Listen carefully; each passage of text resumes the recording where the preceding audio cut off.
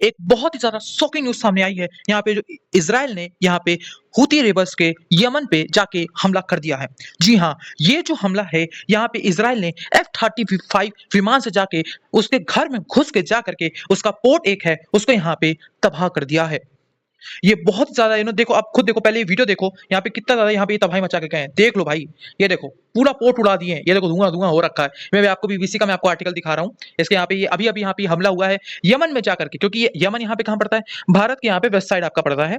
और थोड़ा-सा अगर मैं यहाँ पे मैप अगर दिखा सकता हूँ, मैं दिखाऊँगा अभी, ठीक है? तो देखो समझने का प्रयास करो, ये यहाँ पे इन्होंने क्यों किया? अब आप देख पूछोगे कि भाई इन्होंने यहाँ पे इज़राइल ने यहाँ पे ऐसा क्यों किया? इसके पीछे क्या कारण है?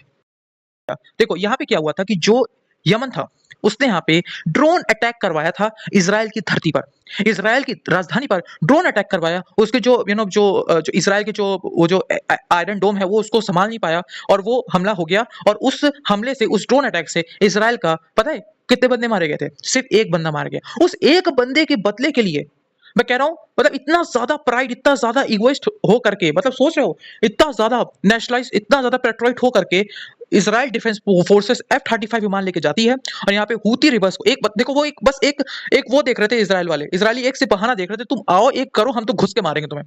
भाई साहब पूरा पोर्ट उड़ा दिए हैं। तो अब खुद सोचो। और ये जो हूती रिबल्स हैं ये बहुत ज्यादा तंग भी करते थे इंडियन इंडियन शिप्स को भी, जो कार्गो शिप्स यहाँ पे जाती थी। तो क्योंकि कई जैसे कार्गो शिप्स जो यहाँ से आपकी पास होती थी, क्योंकि ये देखो यही तो रेड सी है यहाँ पे, तो रेड सी से यहाँ पे पास होती थी, तो उसको भी कई बार हाईजैक करने की कोशिश की थी, बट हमारी जो मिलिट्री जो नेवी थी वो यहाँ पे बचा लेती थी। तो अब ये देखो ये हमला यहाँ पे इन्होंने कर दिया है। और कारण मैंने आपको बता दिया क्योंकि इन्होंने इस पे यमन ने यहाँ पे इजराइल पे हमला किया था ड्रोन अटैक से, सिर्फ उसका बदला लेने के लिए। और इन्होंने अपने इस मिशन का पता है क्या नाम रखा है? Mission out stretch arm. अब आपको कि आउट स्ट्रेच आर्म क्या चीज है? आउट स्ट्रेच आर्म का मतलब है अब हमारी बाहें फैल चुकी हैं। अब कोई भी आकर हम पे हमला करेगा ना, इजराइल का कहना है कोई भी आके हम पे हमला करेगा हम नहीं बर्दाश्त करेंगे, हम घर में घुस के मारेंगे। सीरियस बात है। यानी अब यहाँ पे इजराइल जो है वो अल्ट्रा प्रो मैक्स डिफेंसिव हो चुका है। अब यहाँ पे वो किसी को बर्दाश्त नहीं करने वाला, घर में घुस के मारेगा।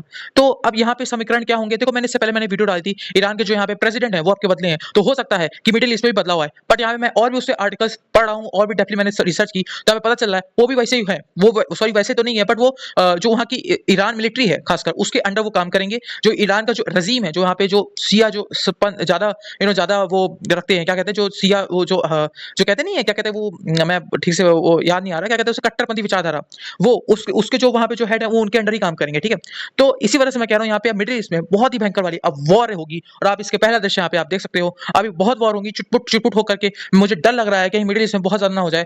होपफुली जल्द से जल्द अमेरिका में इलेक्शन हो, जल्द से जल्द डोनाल्ड ट्रंप पावर में आए, हो सकता है कुछ ना कुछ मध्यस्थता हो। तो होपफुली आशा करता हूँ आपको कुछ चीजें आपको समझ में आई होंगी। और ठीक है, प्रे करो कि यहाँ पे इससे ज्यादा ये वो ना हो। और आशा करता हूँ कोई वीडियो अच्छा लगा होगा। ठीक है, thank you so much and जय हिंद, जय भारत, जय श्री राम।